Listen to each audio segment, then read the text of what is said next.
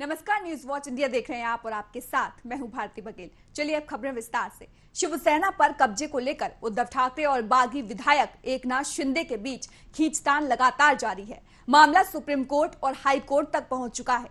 इसी बीच शिवसेना ने अपने मुखपत्र सामना में बीजेपी पर एक बार फिर से हमला किया है। आरोप लगाया है कि बीजेपी ने महाराष्ट्र को 3 टुकड़ों में बांटने की साजिश रची है। साथ ही लिखा कि इस बगावत के पीछे बीजेपी का हाथ है। इसके साथ ही लिखा कि वैसे तो बीजेपी का कहना है कि शिवसेना में विद्रोह से उन्हें कोई लेना देना नहीं है। दूसरी तरफ ऐसा कहा जा रहा है कि 2 दिन में भाजपा की सरकार आ जाएगी। इसमें कोई शक नहीं है कि महाराष्ट्र पर फूटने और टूटने का संकट भाजपा की वजह से आया है। महाराष्ट्र की सियासी लड़ाई सुप्रीम कोर्ट तक पहुंच गई है। सुप्रीम कोर्ट के फैसले से जहां बागियों को फौरी राहत मिली है, तो अघाड़ियों की आफत आ गई है। सुप्रीम कोर्ट ने उल्टा डिप्टी स्पीकर नरहरि दिरवाल को ही नोटिस थमा दिया। देखिए इस रिपोर्ट में।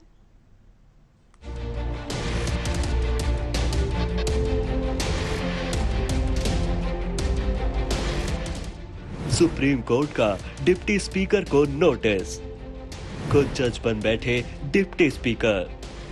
16 बागी विधायकों को अयोग्य घोषित करने के डिप्टी स्पीकर के नोटिस पर रोक। एक कहावत है, गए थे नमाज छुड़ाने, उल्टा रोजे ही गले पड़ गए। और ये कहावत फिट बैठती है महाराष्ट्र विधानसभा स्पीकर नरहरि दिरवाल पर, जिन्होंने शिंदे गुट के 16 बागी विधायकों को अयोग्य घोषित करने का नोटिस थमाया था। लेकिन शिंदे गुट के सुप्रीम कोर्ट पहुंचने पर कोर्ट ने उल्टा नरहरि दिरवाल को ही नोटिस थमा दिया और कहा कि खुद ही जज बन बैठे हैं डिप्टी स्पीकर साहब।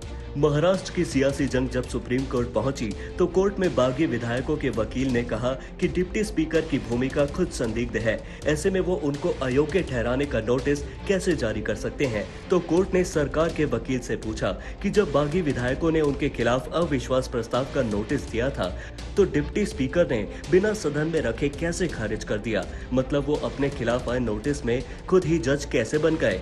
इसके बाद कोर्ट ने डिप्टी स्पीकर के नोटिस पर 11 जुलाई तक रोक लगाते हुए शिंदे गुट को फौरी राहत दे दी है। शिंदे गुट का 39 विधायकों के समर्थन का दावा। महाविकास अघाड़ी से समर्थन वापसी का दावा। एससी ने नोटिस जारी कर सभी पक्षों से जवाब मांगा। डिप्टी स्पीकर, विधानसभा सचिव, महाराष्ट्र पुलिस, केंद्र सरकार, शिवसेना विधायक दल के नेता अजय चौधरी और सुनील प्रभु को नोटिस। सभी बागी विधायकों और उनके परिवार की सुरक्षा सुनिश्चित करे महाराष्ट्र सरकार।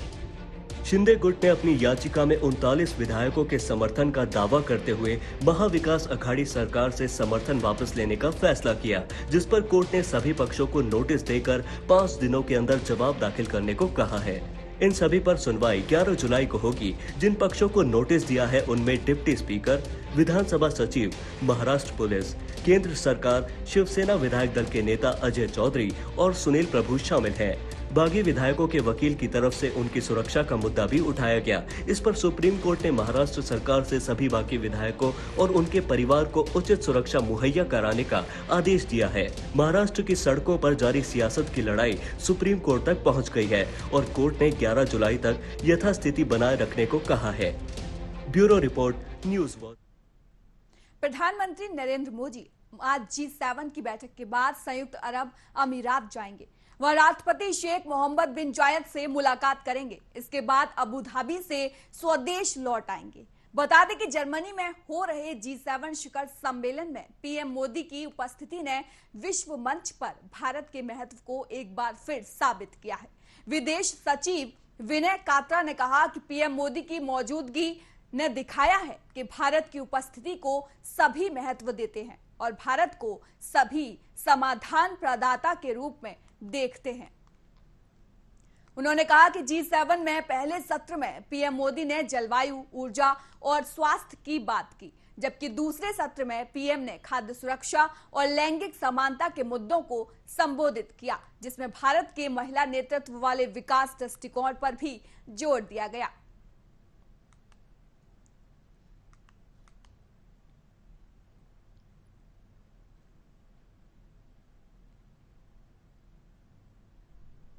आजमगढ़ के चुनाव परिणाम के बाद ओपी राजभर का एक बयान सामने आया है। सुहेलदेव भारतीय समाज पार्टी के राष्ट्रीय अध्यक्ष ओपी राजभर ने कहा कि चुनाव की हार का समय कुछ बीत जाए तब हम अखिलेश यादव से अलग से बात करेंगे। जरूरत पड़ेगी तो मायावती से भी बात करने जाऊंगा। इन दोनों लोगों की लड़ाई के बीच में समाज का नुकसान हो रहा है।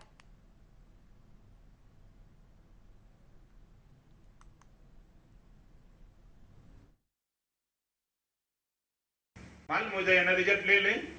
इनको हम उसी दिन बता दिए जिस दिन उन्होंने प्रत्याशी तय किया, उसी दिन बता दिया कि जा तुम्हारा काम होगा। हम लोग क्या करेंगे 2 दिन में? तो इस नाते हम तो इनसे दुखी हैं। अब 2-4 दिन तक ठंडा जाते दिन उनसे बतिया ही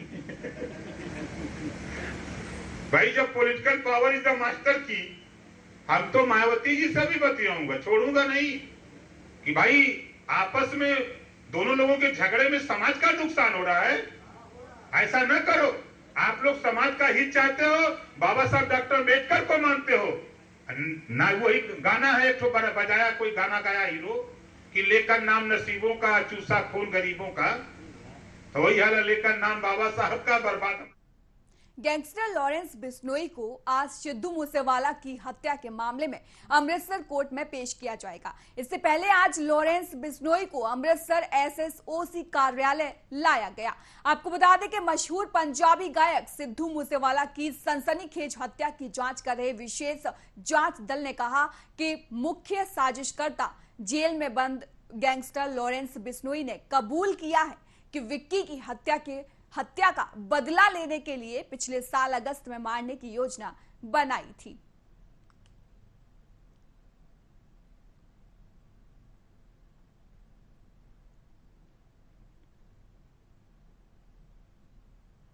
मेरठ में PVVNL के दफ्तर पर किसानों ने बड़ा आंदोलन किया। बता दें कि किसानों के ट्यूबवेल पर लगे मीटर को लेकर भारतीय किसान यूनियन ने महापंचायत की है। भाकियू के राष्ट्रीय अध्यक्ष नरेश टिकैत ने इसकी अगुवाई की। नरेश टिकैत ने कहा कि सरकार की वजह से जगह जगह धरने प्रदर्शन करने पड़ रहे हैं।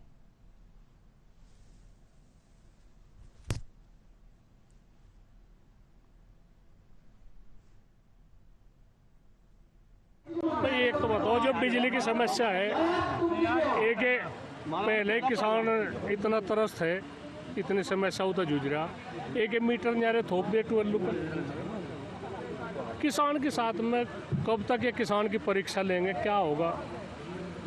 हम कह रहे भाई खेती घाटे का सौदा हो रही, किसानों को उभारना चाह, बिजली में राहत मिले, नए कनेक्शन को जल्दी नए कनेक्शन दे, जो समस्या है उनका समाधान करो। इस तरह से ये मीटर थोपे जा रहे, सरकार एक नया बोझ और किसान पर लाद रही, किसान इतना बिल नहीं दे पाने का। तो उसी के लिए आज की 27 तारीख रख रखी थी, तो इसमें आज इकट्ठे हुए, देखो क्या निर्णय लेंगे, क्या हो बातचीत। बिजनौर के चांदपुर इलाके में बड़ी संख्या में छात्राएं नेशनल कॉलेज ऑफ एजुकेशन निजी औद्योगिक प्रशिक्षण संस्थान कॉलेज पहुंची और जमकर प्रदर्शन किया।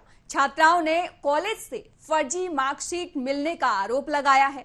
छात्राओं ने बताया कि नेशनल पैरामेडिकल कॉलेज चांदपुर से ANM का डिप्लोमा कोर्स किया था। जब हमने इस मेडिकल कॉलेज में प्रवेश लिया था तो मैनेजमेंट एवं स्टाफ के द्वारा छात्राओं को बताया था कि वह सरकारी नौकरी के लिए आवेदन कर सकती हैं। हाल ही में महिला स्वास्थ्य कर्मी ANM की भर्ती के लिए उन्होंने आवेदन किया था, लेकिन उनके आवेदन को सत्यापन के दौरान बाहर कर दिया गया। उन्होंने बताया कि आपके प्रमाण पत्र माननीय नहीं है और पूरी तरह से फर्जी हैं। वहीं SDM मांगेराम चौहान ने बताया कि छात्राओं ने जिला अधिकारी के महोदय से शिकायत की थी, जिसमें स्वयं वो गए थे और रिकॉर्ड तलब कर लिए गए हैं। कुछ छात्रों के हमारे यहाँ बयान भी हो चुके हैं।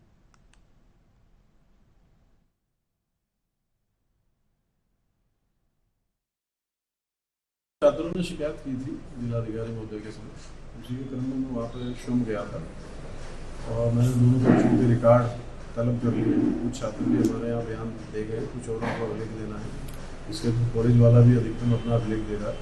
तो इसमें रिपोर्ट बन रही है, एक बार जांच कंप्लीट हो जाए तो जांच के आधार पर अगली कार्रवाई की। तो छात्राओं से क्या अपील करना चाहेंगे? छात्रों से भविष्य के लिए मैं अपील है कि कहीं एडमिशन लें तो बहुत सोच समझ कर लें और बाकी ये जाँच निष्पक्ष होगी। वो कानपुर में बीते हफ्तों में हुई हिंसा के बाद अब प्रशासन सख्त रुख अपना चुका है। प्रशासन के आदेश पर कानून में मुख्तार बाबा की सभी दुकानों को सील कर दिया गया है। कानपुर हिंसा के आरोपी जफर हयात हाशमी के साथ कनेक्शन होने के मामले में मुख्तार बाबा पर प्रशासनिक कार्रवाई जारी है। वहीं खाद्य विभाग की टीम ने उनकी दुकान से लिए सैंपल्स की जांच के बाद इन्हें फेल कर दिया है। अब इस संबंध में प्रशासन ने सभी दुकानों को सील किया है। कानपुर में बाबा बिरयानी की दुकान को यहां के फेमस फूड आउटलेट के रूप में जाना जाता है।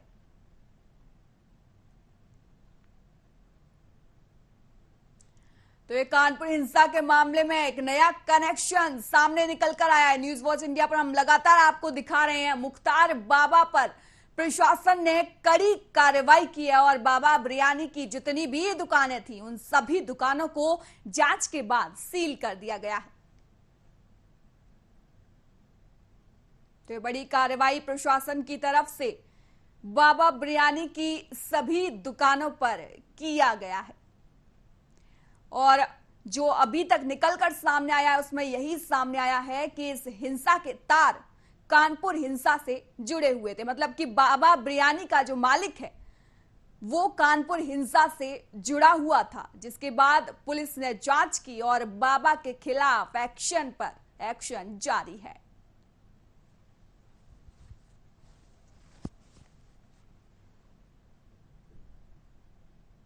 जहां एक तरफ तो उत्तर प्रदेश सरकार हर महीने गरीब जनता के लिए सरकारी राशन प्रत्येक परिवार को सही अनुपात में मिल सके हर संभव प्रयास कर रही है, तो वहीं दूसरी तरफ सरकारी सस्ते गल्ले की दुकान पर बैठे कुछ राशन डीलर गरीब जनता के लिए आए हुए सरकार की तरफ से सरकारी राशन को बाहरी दलालों को भारी दामों में बेचकर धन कमाने में लगे हुए हैं। इस तरह के राशन डीलर सरकार को तो चुना होगा, लेकिन क्या है ये पूरा मामला, इस पर ये रिपोर्ट देखिए।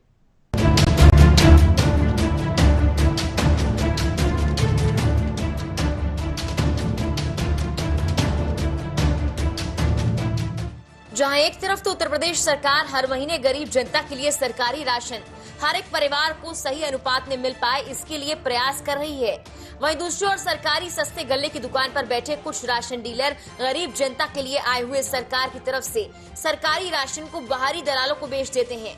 भारी दामों में बेचकर धन कमाने में ये लोग लगे हुए हैं। इस तरह के राशन डीलर सरकार को चूना लगाते हैं, साथ ही जिन गरीब परिवारों के लिए राशन आता है उन गरीबों का पेट काटकर राशन डीलर अपने महल बनाने में लगे हुए हैं। ये खेल यहाँ खत्म नहीं होता साहब। इस खेल में जो सरकारी राशन खरीदने वाला डीलर होता है उसका तो साफ साफ ये कहना है कि मैं निचले स्तर के अधिकारियों से लेकर ऊपर तक के अधिकारियों को हर महीने रिश्वत के रुपए देता हूँ, इसलिए तो इतने लंबे वक्त से इस धंधे में हूँ। यही कारण है कि आज तक मेरा कोई कुछ बिगाड़ नहीं पाया। जो भी मेरा सरकारी माल पकड़ता है मैं उसको खरीद लेता हूँ। जी हाँ, आपने जो भी सुना ये घटना पूरी 100% सही है। ये पूरी घटना जनपद सहारनपुर के किशनपुरा कॉलोनी में नाले के पास सरकारी सस्ते गल्ले की दुकान की है, जिसकी डिपो संख्या 109 है। राशन डीलर प्रवीण ठकराल है। ये वहाँ राशन डीलर हैं जिनके ऊपर सरकारी मिट्टी का तेल बाहर ब्लैक में बेचने की वजह से पहले भी 2011 में कार्रवाई हो चुकी है, जिसके बाद भी ये राशन डीलर गरीबों के लिए आए सरकार की तरफ से राशन को बाहरी दलालों को ब्लैक में बेचने से बाज नहीं आ रहा। यही राशन डीलर अब गरीबों के नाम पर राशन जैसे चावल और अनाज भारी दामों में ब्लैक पर बाहरी दलाल को बेचता है, जिसका नाम है अशोक मेलाराम। अशोक मेलाराम वो शख्स है जिसके ऊपर पहले भी थाना नागर क्षेत्र में सरकारी राशन की भरी ट्रॉली के साथ पकड़े जाने पर धारा 3(7) के तहत मुकदमा पंजीकृत हुआ था। यही राशन खरीदने वाला दलाल अब इतने बड़े स्तर पर काम कर रहा है कि सरकारी राशन से संबंधित सभी अपराधियों को पैसे के बल पर अपनी पॉकेट में रखने का दावा करता है। आप वीडियो में साफ देख सकते हैं, 2 अलग-अलग स्कूटी द्वारा 4 चक्कर वीडियो में कैद हैं, जिसमें हर बार एक स्कूटी से कभी 2 तो कभी 3 बोरी चावल की सरकारी उचित दर की दुकान से निकल रही है और आगे कुछ दूरी पर जाकर एक टेम्पो में लोड होती है। राशन चावल की बोरियां साफ दिखाई दे रही हैं और ये केवल 2 ही स्कूटी हैं जो बार बार राशन भरकर टेम्पो में डालने का काम करती हैं। ये दोनों मजदूर रखे गए हैं खरीदने वाले दलाल की तरफ से। वहीं इस मामले को लेकर अश्विनी मिश्रा क्षेत्रीय अधिकारी खाद्य पूर्ति विभाग द्वारा पूरी फुटेज देखने के बाद क्या कहा गया वो आपको बताते हैं। उन्होंने कार्रवाई न करने की बात कहकर सभी फुटेजों को निराधार बता दिया है और डिपो संचालक और खरीदार दलाल को बचाते हुए नजर आ रहे हैं। जांच करने की बात कहकर अपना पल्ला भी अधिकारी झाड़ रहे हैं। देखिए, आपने हमको वीडियो प्रस्तुत कराया है, मैंने आपके द्वारा दी गई वीडियो और फोटो सब देखा है। उसमें किसी दुकान से, क्योंकि वीडियो काफ़ी दूरी के माध्यम से खींचा गया है, लगभग 20 से 25 मीटर होगा जितनी दूरी से खींचा गया है, तो उसमें डिपो का बोर्ड भी स्पष्ट नहीं आ रहा कि किसका डिपो है। लोकेशन से पता चल जाएगा कि डिपो है क्या है। वहाँ से एक आदमी काला टी शर्ट पहन के स्कूटी से निकल रहा है। अब वो स्कूटी में बीच में क्या रखा है, हम मान लेते हैं कि हाँ गल्ला ही रखा है, लेकिन इस आधार पर हम नहीं कर सकते कि सरकारी ही गल्ला लेके निकल रहा है। जब तक हम जांच नहीं कर लेंगे तब तक हम ये नहीं कर सकते। उसमें डिपो संचालक भी कहीं नहीं दिख रहा है। दूसरी स्कूटी से आपने दिखाया कि एक सफ़ेद टी शर्ट पहन के कोई आदमी वो भी स्कूटी से निकल रहा है। तो कभी कभी दुकान अगर है तो दुकान पे लोग स्कूटी से भी गल्ला लेने जाते हैं और स्कूटी से भी ले जा सकते हैं। ये तो जांच की बात है। जैसा आपने वीडियो हमको दिया है, हम इसकी जांच करके आपको रिपोर्ट दे देते हैं। अब इस मामले को लेकर वीडियो सामने आने के बाद भी कार्रवाई नहीं की जा रही है। सवाल ये उठता है कि क्या ऊपर से लेकर नीचे तक अधिकारी मिले हुए हैं? अब इस मामले को लेकर क्या एक्शन लिया जाता है, ये तो आने वाला वक्त ही बताएगा। Bureau report, news watch India.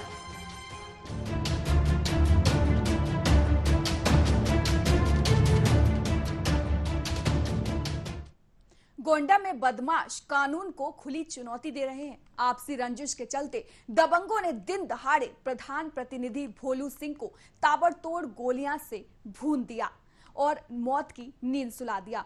एक नहीं बल्कि कई गोली मारी। वहीं पूरे मामले को लेकर बीजेपी सांसद ब्रजभूषण शरण सिंह ने गोंडा पुलिस पर निशाना साधा है। देखिए इस रिपोर्ट में।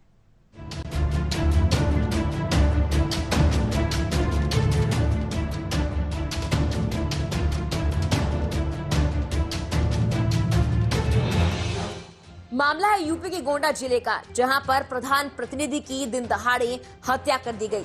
थाना छपिया के अंतर्गत का ये मामला, जहां गांव से कुछ ही दूर पर परशुरामदास कुट्टी पर प्रधान प्रतिनिधि बाबा की पुण्यतिथि पर अपने भाई के साथ हवन करने गए। हाथ लगाए बैठे दबंगों ने वहां पर गोलियां चलाना शुरू कर दिया।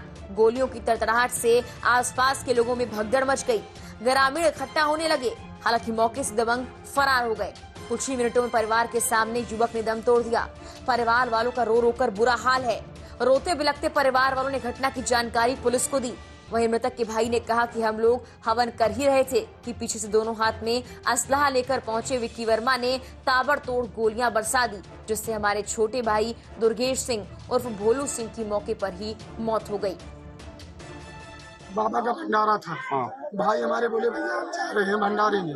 मैं बोला मत जाओ। वो आए, यहाँ के हमारे दो भाई हैं, बड़े भाई हमारे थे, दोनों आए, एक गरीब काट गए। क्या नाम है?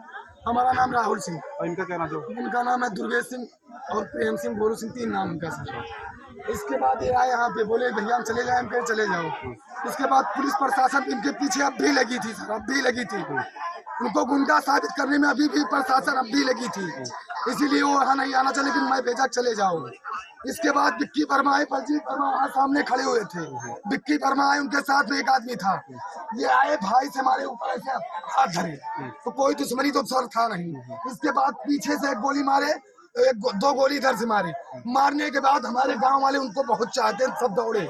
इसके बाद लहराने के बाद गांव वाले सब भाग लिए। हम उस समय ट्रैक्टर चला रहे थे, वहां से आए। ये रंजिश सिर्फ प्रधानी का, उनको अगर कोई बचाने वाला तो सिर्फ प्रभात वर्मा जी और कोई नहीं है। प्रभात वर्मा के अलावा कोई उनको सपोर्ट करने वाला नहीं है। जिस तरीके से दिन दहाड़े खून की होली खेली गई, ग्रामीणों में काफी आक्रोश है।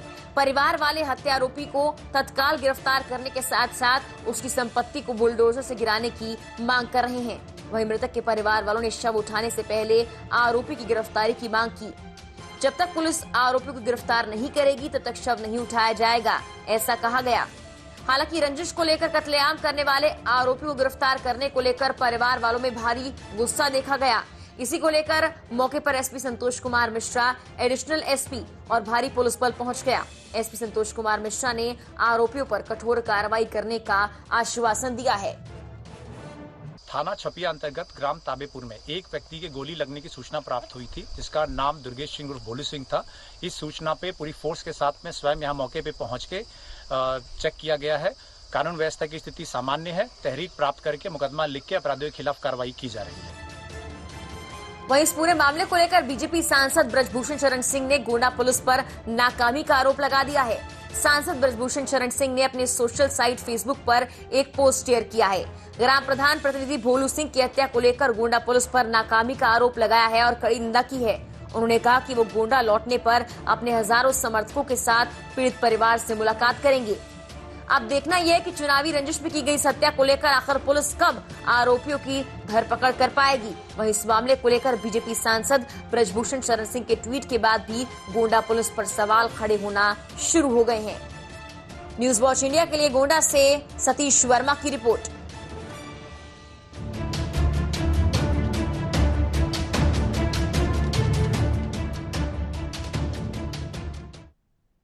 फिलहाल इस बुलेटिन में इतना ही। देश और दुनिया की तमाम खबरों के लिए देखते रहिए न्यूज वॉच इंडिया।